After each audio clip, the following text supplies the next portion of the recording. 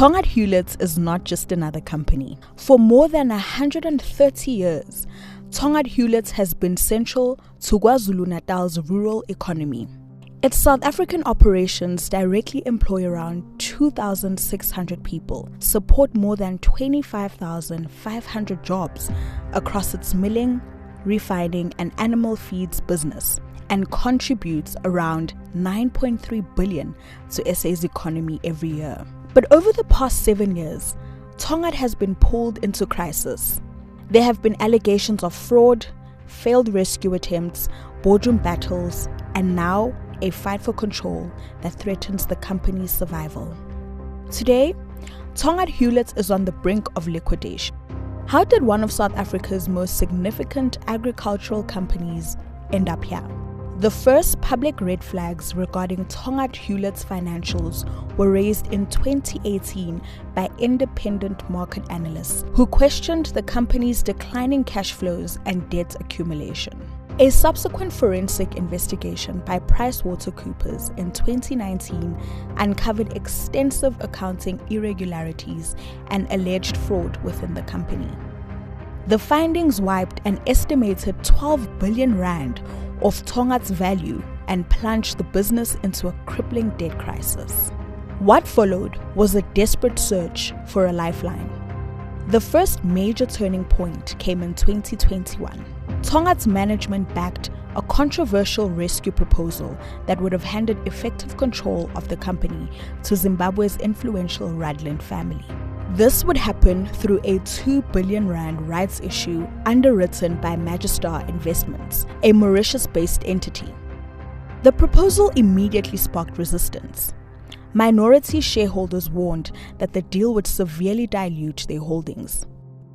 They also raised concerns about businessman Simon Rudland, whose tobacco interests had faced allegations linked to illicit cigarette trading.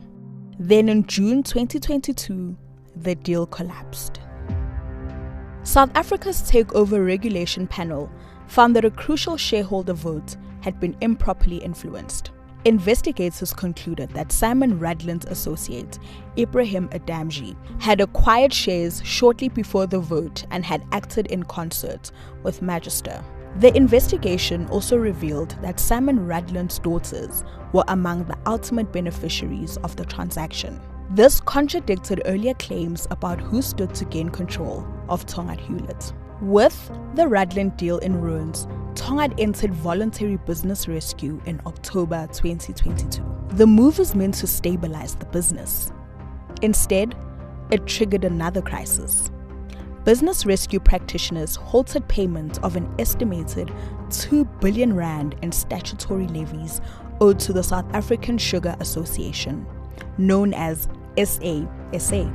The impact spread quickly across the sugar industry. Smaller cane growers faced mounting financial pressure, while other producers were forced to absorb costs that would normally have been shared across the sector. Then came a major legal setback.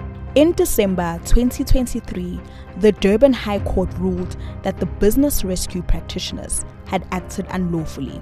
The court found that Tongaat's statutory obligations to SASA could not simply be suspended through business rescue.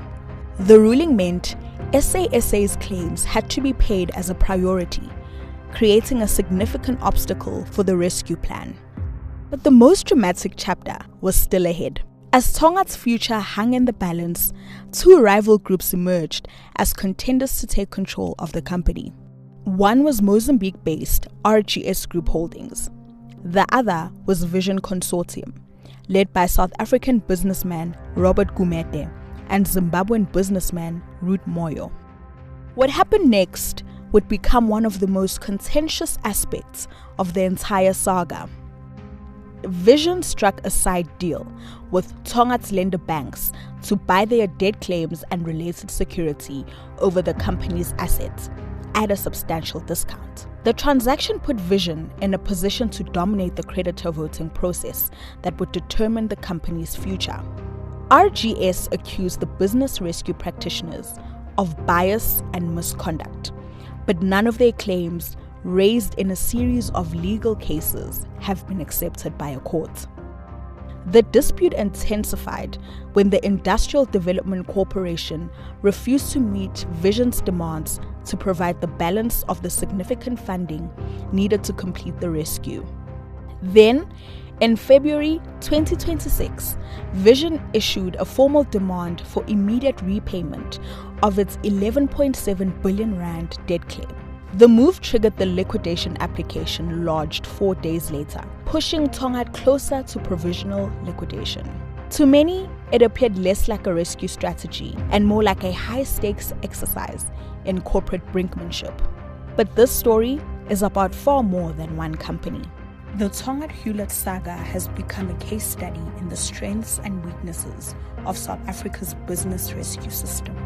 It has raised difficult questions about whether a process designed to save distressed companies can be exploited by powerful financial interests pursuing their own objectives. It also raises questions about oversight, accountability, and whether workers, farmers, communities, and the broader economy are properly protected during complex corporate restructurings.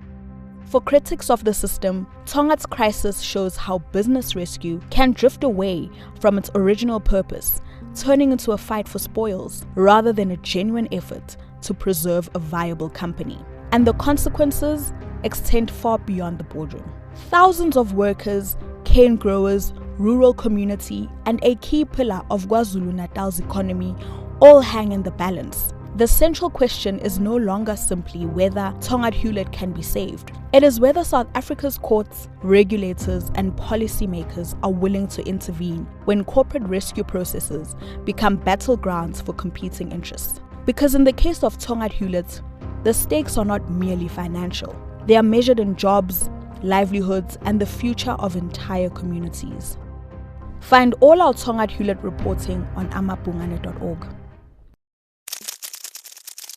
Amabhungane, digging dung, fertilizing democracy.